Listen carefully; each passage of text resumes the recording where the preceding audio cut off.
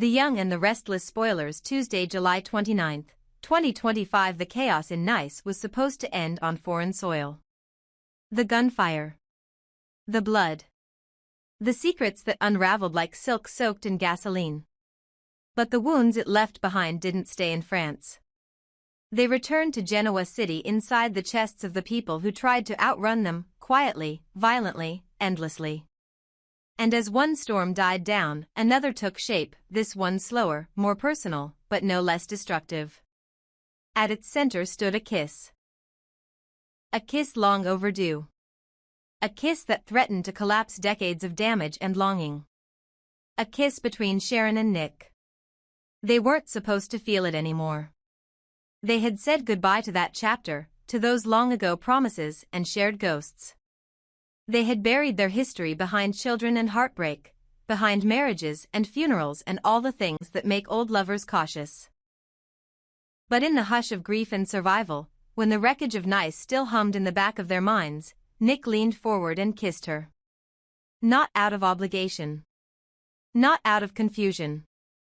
But because she was his anchor. And maybe, for one fleeting second, he still loved her. Sharon hadn't expected it, not that moment, but somewhere in her soul, she had always known it might return. Because with Nick, love was never gone. It simply lay dormant, waiting for a spark. And the fire in France had provided exactly that. But as their lips parted and reality reasserted itself, neither knew what to say. The silence between them wasn't cold, it was burning with questions. Was this a new beginning? Or the final goodbye neither had dared to speak? By Monday, the aftermath would begin. Nick, ever the impulsive protector, would try to make sense of what he'd done. He'd second-guess the moment, wondering if it was fair to Sharon, to himself, to the version of their love that had been carefully preserved in the past like a relic. Sharon, on the other hand, would say nothing at first, not because she didn't care, but because she cared too much. She knew that with Nick, emotion always arrived before logic. And this time, logic was something neither of them could ignore. Meanwhile, elsewhere in Genoa City, the walls around Cain Ashby were finally collapsing. The man who once played at being Dumas now faced the consequences of a life lived in manipulation and ego. Victor Newman had returned from Nice sharper than ever, his eyes colder, his patience gone. He summoned Cain to Newman Towers, not to negotiate, but to deliver a message. A verdict. A reckoning. Victor's words were quiet, but they landed like hammers. You've lost. You were never in control. You mistook chaos for strength.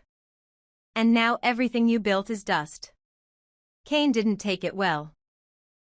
The man who once curated a persona of composure and quiet menace lost every shred of it in that moment. He rose from his seat, fists clenched, and in a surge of rage, swept everything from Victor's desk: papers, a crystal decanter, a framed photograph of the Newman family, all of it crashing to the floor. He was done pretending. Done playing diplomat. He was no longer Dumas. He was a man undone, stripped of the mask, left only with the rot underneath. But Victor didn't flinch. He simply watched, unmoved, as Cain's performance imploded in front of him. And when Cain stormed out, Victor only had one thing to say to the silent room: he'll destroy himself. All I had to do was light the match. And it was true. Cain didn't need enemies anymore, he was his own undoing. What stung more than Victor's condemnation, however, was Lily's silence. She had returned from Nice hollowed out by Chance's death and Carter's betrayal. She had hoped for accountability, perhaps even honesty. But all she got was excuses. Even now, with Damien dead and her cousin gone forever, Cain refused to accept the part he had played. And that broke something in her. Whatever flicker of hope she had for him, for redemption, for forgiveness, it died. And with it, so did his last real connection to anything resembling love. Phyllis, still bizarrely loyal to him, tried to intervene. She defended him, saying he was spiraling under pressure, that he wasn't the monster everyone claimed. But even her voice trembled now, as if she, too, had begun to doubt the man she once insisted could be saved. And Cain, for all his arrogance, saw it. The love was fading. He had pushed too far, too fast, and now all that remained was a scorched earth. Elsewhere in the Newman estate, grief took another form. Victor and Nikki sat quietly in their private suite, two titans of industry undone not by business but by family. They had both tried so hard to shield Victoria from darkness, to guide her toward happiness after Ashland's lies and Cole's death. But Claire Newman, the daughter she didn't know she had, the child Victoria once believed lost forever, had re-entered their lives not as a blessing, but as a wound. And neither Victor nor Nikki knew how to stop the bleeding. Claire was not the wide-eyed innocent they had imagined. She was guarded, scarred by her upbringing, suspicious of the family that now surrounded her. And Victoria, though desperate to bond, struggled with the emotional distance. Every conversation between them felt like a negotiation. Every attempt at connection felt like reaching across a chasm neither of them could name. Victor, watching it all unfold, felt helpless. For all his influence and wealth, he couldn't fix this. He couldn't buy trust. He couldn't erase the past. Nikki, ever the emotional compass, tried to hold her daughter together, but even she felt herself slipping. The family, once united through power, was now fragmented by pain. And so the Newmans, like the Abbotts, like the Chancellors, like the Ashbys, found themselves at another breaking point. Chance was dead. Sharon and Nick were uncertain. Cain was unraveling. Victoria was lost. And Genoa City stood still, holding its breath for whatever came next. Because something always comes next. In The Young and the Restless, there are no endings. Only transformations. One kiss can change a destiny. One betrayal can rewrite an empire. One death can shift the gravitational center of the entire show. And as the shadows deepen and the alliances fracture, one thing becomes clear: this isn't the end of a chapter. It's the beginning of a reckoning.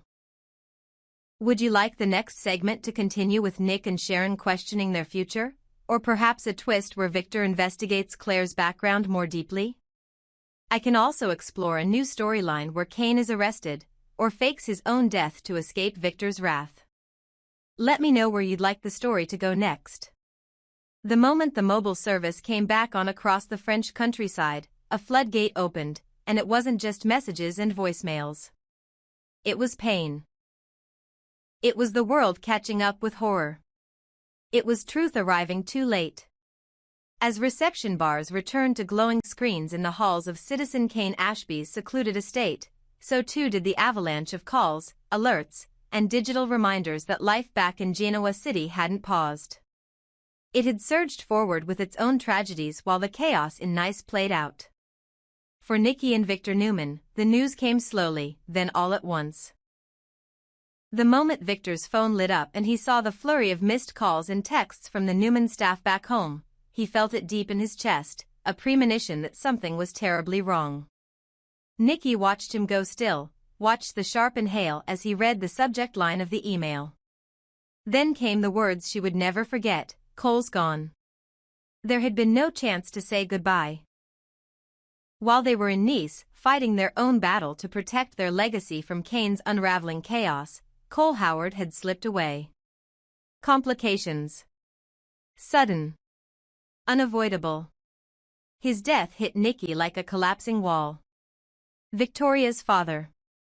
Her first love. A part of their family history long tangled in secrets but always rooted in deep affection. And now he was gone. Without closure. Without peace. Victor had always been complicated when it came to Cole. There was distance, resentment, even suspicion at times. But there was also respect. And for Victoria's sake, for the sake of everything they had tried to hold on to as a family, his death left Victor feeling something he rarely experienced: regret. At the same time, Kyle Abbott stood on the balcony of his rented suite, staring out at the Vineyard Hills with a phone pressed to his ear. The voicemail from Claire Newman played quietly, her voice soft, her words hesitant but direct. She had heard about Cole. She needed to talk. She was trying to process it, but she didn't know how. Kyle felt the pang of guilt settle deep in his stomach, not just for Claire, but for the game he'd been playing. He had kept secrets. He had watched her struggle, knowing more than he let on. And now, with the truth staring him in the face, Kyle didn't know what he could say to her that wouldn't feel like another betrayal. The Newman siblings were also shifting beneath the weight of their shared loss. Victoria and Adam, so often rivals, so often the living embodiments of their father's contradictions, found a rare moment of understanding. It wasn't a grand truce, but it was real. As news of Cole's death rippled through their family, they sat in silence together for a long time. No arguments. No pride. Just pain. Just memory. And for the first time in years, they didn't look at each other as threats. They looked at each other as survivors of the same storm. Back in Genoa City, Tessa Porter took refuge in what mattered most, her daughter. She cradled Arya in her arms, her eyes glassy from lack of sleep and emotional fatigue. Alongside Daniel Romalotti, she spent precious hours walking through the park, touching grass, watching the child giggle at birds and clouds, desperately trying to shield her from the sadness bleeding into every corner of town. Because the moment mobile service returned to the Chancellor grounds and across the hospital wings, one devastating name began spreading: Chance Chancellor is dead. He died in France. On duty. Protecting Lily Winters. Shot. His heart stopped before the helicopter arrived. And just like that, the legacy of the Chancellors lost its last heir.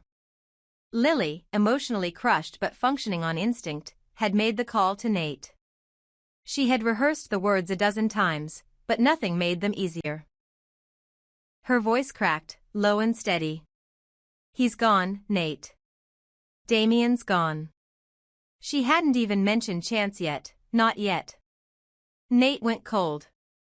His heart stopped. Damien? The half-brother he never truly got to know.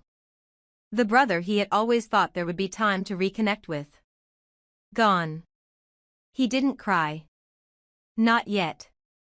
Not in that moment. His brain tried to process it clinically. He asked questions about the bullet, the confrontation, the timeline. But then Lily's voice wavered again. I haven't told Amy yet. You have to tell her, Nate. I can't do it. And in that moment, the weight of it all hit him. Nate was the one who had to destroy her. Amy Lewis had been fighting for her life long before France. Her cancer had brought her to the edge of mortality, and by some miracle, she had found an experimental trial that seemed to work. In recent weeks, she had even begun walking more. Smiling. Laughing. Believing. But her true miracle hadn't been medical, it had been Damien. Her son. After years of believing she had failed him, she had found him again. And now Nate was going to take that away. He found her on the terrace of the treatment facility, wrapped in a blanket, reading. She looked peaceful. So rare. So vulnerable. And when she saw Nate, she smiled like someone expecting good news.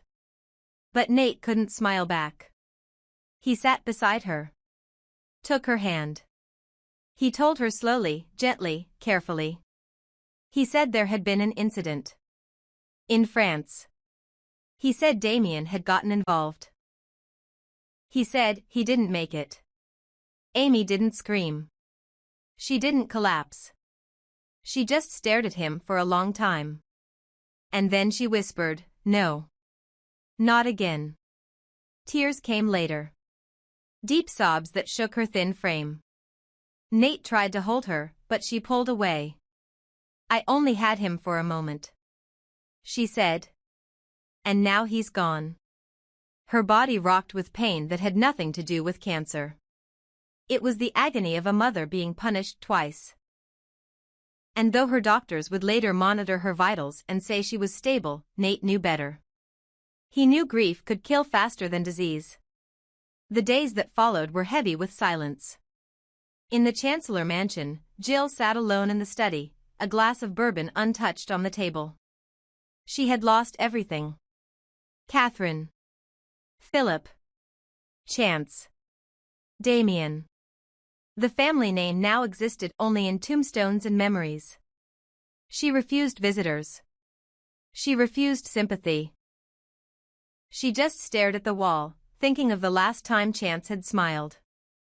Victor, back at Newman Tower, tried to keep busy. He scheduled meetings, reorganized departments, sent messages. But the sharpness in his tone betrayed the hollowness beneath it.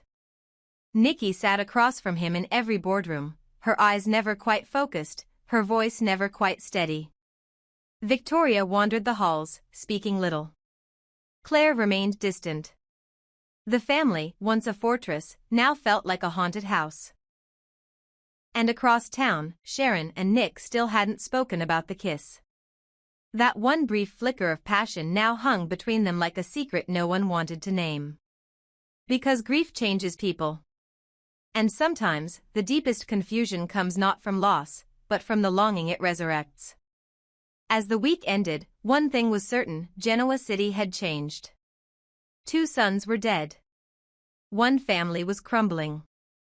And a town that prided itself on endurance was now learning what it meant to break. But in the young and the restless, nothing stays buried forever. Not grief. Not guilt. Not love. And certainly not the dead. Would you like the next section to explore Amy's psychological decline, a possible twist revealing Damien's survival, or perhaps a deeper focus on Claire and Victoria's fragile relationship? Let me know how you'd like to continue.